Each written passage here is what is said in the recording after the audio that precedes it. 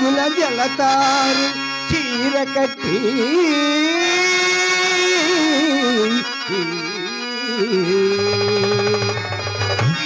కురులయందు విరజాది మల్లెలు తురుముకొని ముదుటిపై తిలకమ్ము దిద్దుకొని ఎదురు చూచుచుంటిలే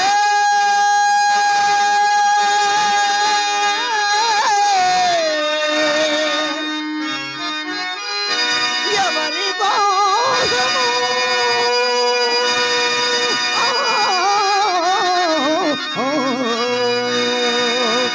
ఎవరి కోసమో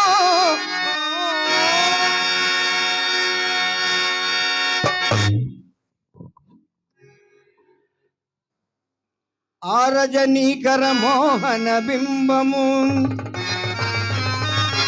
నీ నగు మోమును పోలునటే కొలనులో నవకమల దళములు నీ నయనమ్ముల పోలునటే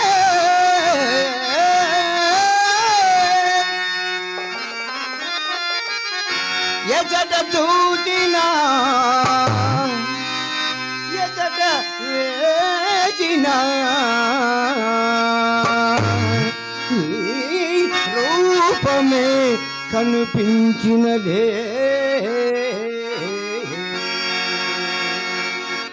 తల నిండా పూదండ దాచిన రాణి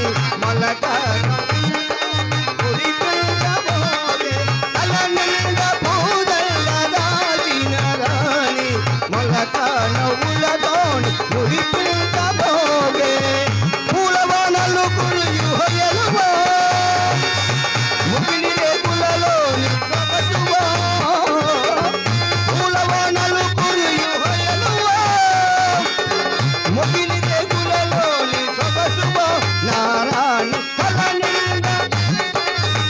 నిండా పూదల్ల దాచిన రాణి మొలక నవ్వులతోని మురిపించబోగే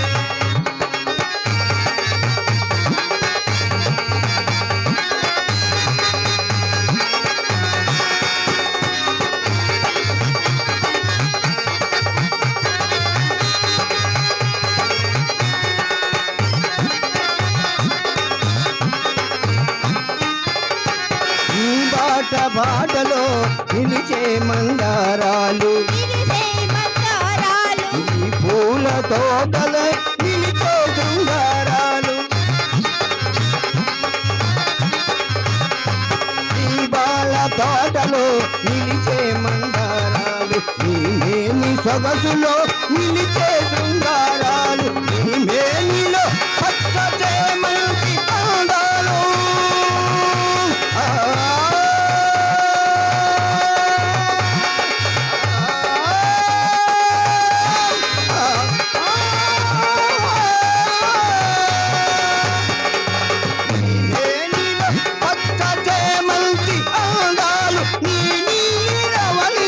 నిలిచే మందారాలు అల నిండా పూదల్ల దాచిన రాణి మొలక నవ్వులతోని మురిపించబోగే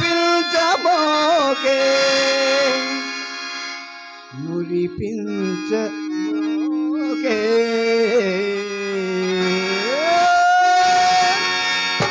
పూర్తిగా ముస్తాబైనావు ఏమిటి కథ తెలిసినదా వచ్చిన కోపము ఎంత ముక్కు పట్టని ముత్యమువే అవునవును ఎవరి మాటలు వారికి ఇంపుగానే ఉండును ఈ పూట ఎవరో తప్పక పైకి మెచ్చిదరని అవును నమ్మకముగా చెప్పి వెళ్ళినందున మా అమ్మ నోరు కట్టవచ్చింది కదా అని మహా సంతోషంతో ముస్తాబై కూర్చోందుకు కలిగిన ఫలితమిది అదేమి పాపమో కానీ మా ఆడవారిని మీ మగవారు నమ్మరు కదా ఏ చండాలు నిన్ను నమ్మని వాడు నిర్మూలమైపో హాస్యమున కన్న మాటకు అంత అలికిందులకు హాస్యమును కూడా హద్దుండవలను వడల మండు హాస్యమా ఏమి పోని పొరపాటు కాని ఆ వాడి దగ్గరికి వచ్చినాడు వాడా వాడి ఎవడా వాడు? సుబ్బారావు ఇందులోకి వచ్చినాడు. ఆ సంగతి మీకెవరు చెప్పినారు? నేనే చూచినాను. వీధి గుమ్మం వచ్చినచో మీ అమ్మ కంటబడవలసి వచ్చునని పెరటి గుమ్మమ్మ గడకు వచ్చేసరికి తటాను తెరుచుకొని బడాలను బయటికి వచ్చినాడు. అంతటా నన్ను చూసి అతను చూసి నేను తెల్లబోయినాం. అంతటా అతనికి అనుమానం కలుగకూడనట్లు ఆ కోడిగమలాడుతూ కొంత దూరం తన వెంట వెళ్ళినాను. సుబ్బారావు గారు కోమడ బిడ్డ కోసినను నిజం చెప్పడు. అయినను అతనేం చెప్పినో తెలియనప్పుడు నేనేం చెప్పిన చిక్కే. వేలయాలి తెలివితేటలు ఇప్పుడే చూపించాలి. శంకర్ గారు ఎందుకు వచ్చినారని అతన్ని అడగపోతురా? అడిగినా. ఏం చెప్పిను? మేళమ కావలసి వచ్చినా అని చెప్పినాడు. చెప్పింది కదా, సందేహం ఎందులకు? నా సందేహమా? చెప్పినా నీవు కోపగించుకున్నావు కదా. పాపం ఎందులకు? నా ఎందమైన పాపం ఉండదు కదా. శభాష్, అది మాట. ఇదిగో ఇప్పుడు చెప్పేదని మినుము. మేళమ కొరకు వచ్చినవాడు బెచ్చలివిడిగా వీధి గుమ్మను పోవక బెదరుతూ తడబడుతూ ఆ పెరటిదారును పోవుట ఎలా అని నా సందేహం. అదిగో మొగం చిట్లుంటున్నావు, ఇప్పుడే వచ్చినది కోపము. సర్లే అండి, అట్లయినా నేనే చెప్తున్నా ఆలకింపుడు. మేడం గురించి మాట్లాడు కానీ అతన్ని వెంట పెట్టుకుని మా అమ్మ మేడం మీదకి వచ్చిందండి. ఇంటికి వచ్చిన వారికి మరీ చెడు ధర్మం కదా. ధర్మమే. అందుకని అతను కుర్చీ వేసి కూర్చుని తాంబూలమేగా. తాంబూలమేవోగా. అతడు ఏం చేశాను? అతడు వచ్చిన పని విడిచిపెట్టి అధిక ప్రసంగం మొదలు పెట్టినండి. అంతటి వాడే. నాకు చిరాకు వచ్చి నేను మేడ దిగి చక్కపోయి. ఇంతలో మా అమ్మ నా మనసును కనిపెట్టి అతన్ని తోట చూపుడు కన్న విషయం మీద దొడ్డిదారిని సాగనంపినది. మీరు నమ్మిన నమ్మపోయాను. నీ మాట వేదముగా నేనేనని నమ్మలేదు. నాతో నీ వెన్నడును నలుసంత అబద్ధమాడవని ఏ నా నమ్మకం.